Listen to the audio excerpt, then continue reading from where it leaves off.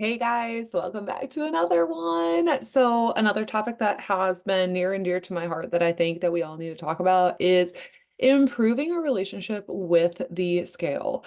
So, I tell you what, like call the kettle black. Um I had the worst relationship with the scale for a long, long time. I let it determine not only how I felt about myself, but my mood, how I treated other people. I let it determine how hard I was going to work out. I let it determine if I was going to deprive myself of water. I let it determine so much about myself, and it's so wrong. So I honestly, at this point, gosh, I don't think I've stepped on the scale in probably 3 or 4 weeks. I maybe step on the scale once a month at this point, just to kind of have an idea of where I'm at. But it's really not a big deal to me at this point. I'm really, really just focused about how I feel and how my clothes fit. And, I have certain physique goals that I want to go after, but I don't have any interest in worrying about a scale number. Last time I got on there was between 170 and 175, which, let me tell you, would have made me want to throw up in my mouth before. The lowest I ever was like 141 and malnourished Nikki, right? That's the low point. It was just too little body fat for me at that point, but I was chasing that scale number.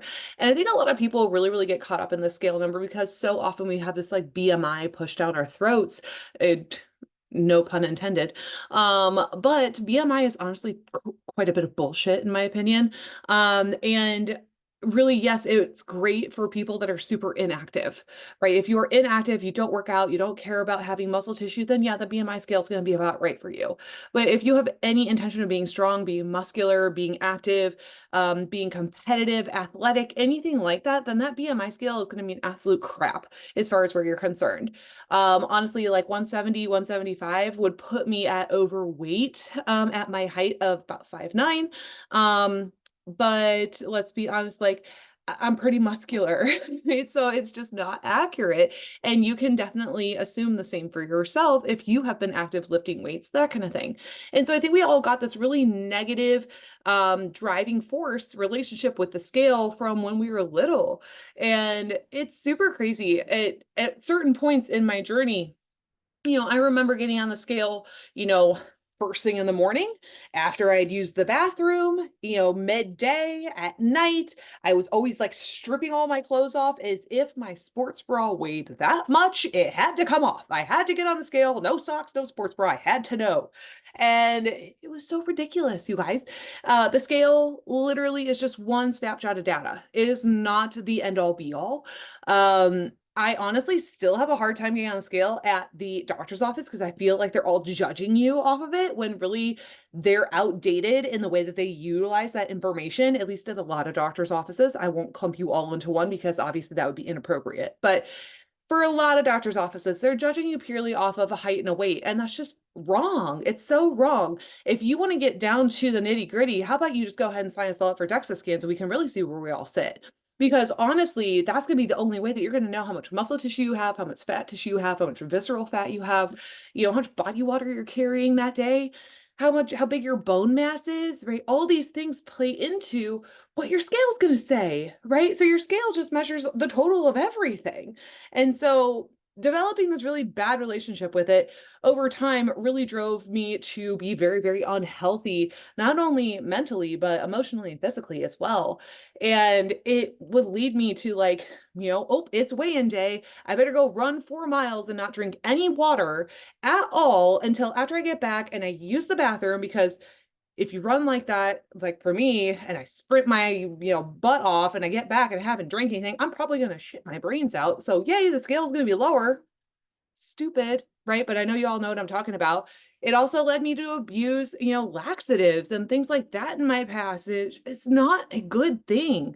And so if you struggle with this scale and these three numbers that pop up underneath your toes, really something that has helped me a ton and that I work with my clients on, especially my one-on-one clients, a lot.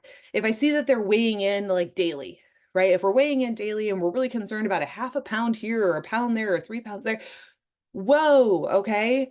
For one, put that thing away. Have your husband hide it from you. Go get a sledgehammer and smack the fuck out of it, right? Get away from it. You don't need it.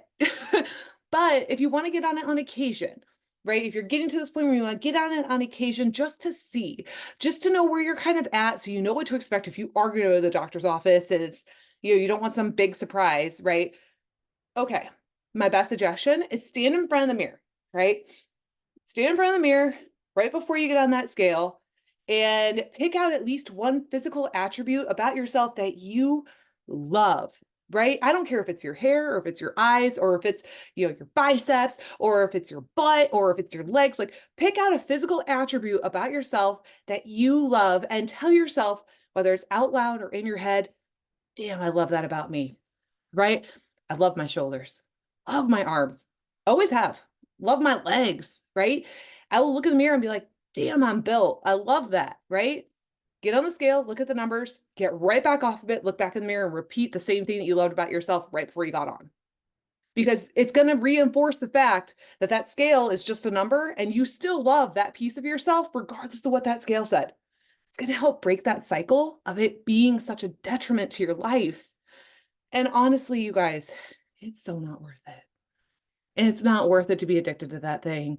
And I get that it's been shoved down our throats to be so important for so long, but you've got to break that cycle, right? Just like we need to break the cycle of, poor parenting choices, just like we need to break the cycle of poor eating choices. We need to break the cycle of, alcoholism in our families or abuse in our families or whatever. All these things are cycles.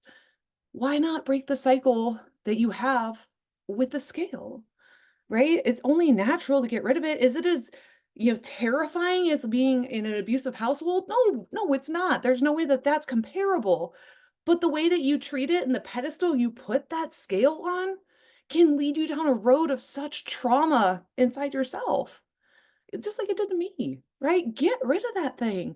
I put mine on top of the cabinet. Like, I only pull that down every once in a while when I really want to know where I'm at. But I still practice that every single time I get on. Damn, I love how much my back has grown. Look at my hamstrings. Wow, I've really been able to lift a lot this week, right? Look at those things. Give yourself a positive attribute beforehand. Get on, look at the numbers, look at the mirror, and say the same positive attribute that you said beforehand. It will help you break that relationship with that scale and make that scale right where it is on the floor and just in its own little space. It doesn't need to be your whole world. So hopefully that helps a little bit. If you have questions on it at all, reach out. I'm here. I'm an open book, clearly. I'm always happy to help you with whatever I've gone through. So take it for what it's worth and utilize it and let me know how it goes for you.